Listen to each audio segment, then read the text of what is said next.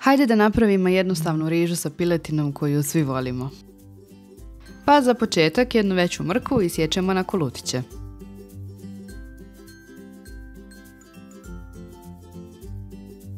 Prebacimo u tanjir, a onda jednu glavicu luka isjeckamo sitno.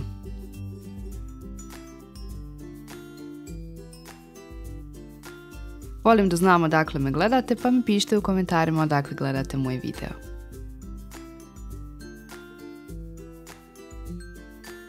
Kada isjeckate luk, pripremite 5-6 komada cherry paradajza i isječemo ih na četvrtine.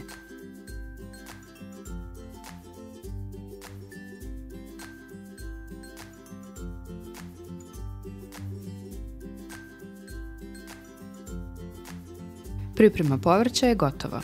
Zatim operite rižu. Ja sam koristila jednu šolju riže, a šolja je od 250 ml.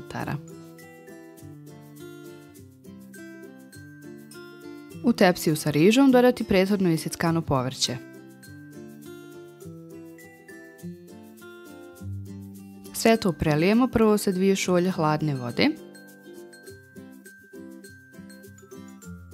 a zatim nam treba 1 šolja vruće vode u kojoj ćemo rastopiti 1 kocku za supu.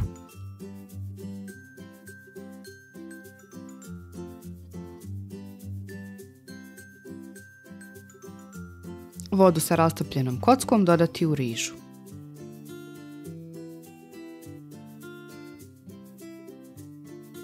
Sve to kratko promiješati, a onda ćemo začiniti sa 2 kaščice vegete, 1 kaščicom crvene paprike, malo bibera, malo bijelog luka u prahu i malo kurkume. Zatim sve to promiješati.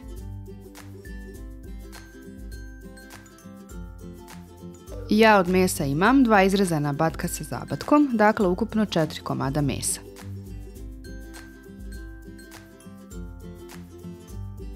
Meso poredamo u tepsiju i onda prelijemo sa otprilike 2 kašike ulja i svaki komad premažemo kratko. A onda malo pospijemo crvenom paprikom. Sve to prekrite aluminijskom folijom i spremno je za pečenje. Peče se u zagrejanoj rerni na 200 stepeni prvo 30 minuta. Nakon 30 minuta otkrijemo i vratimo ponovo u rernu na još 30 minuta.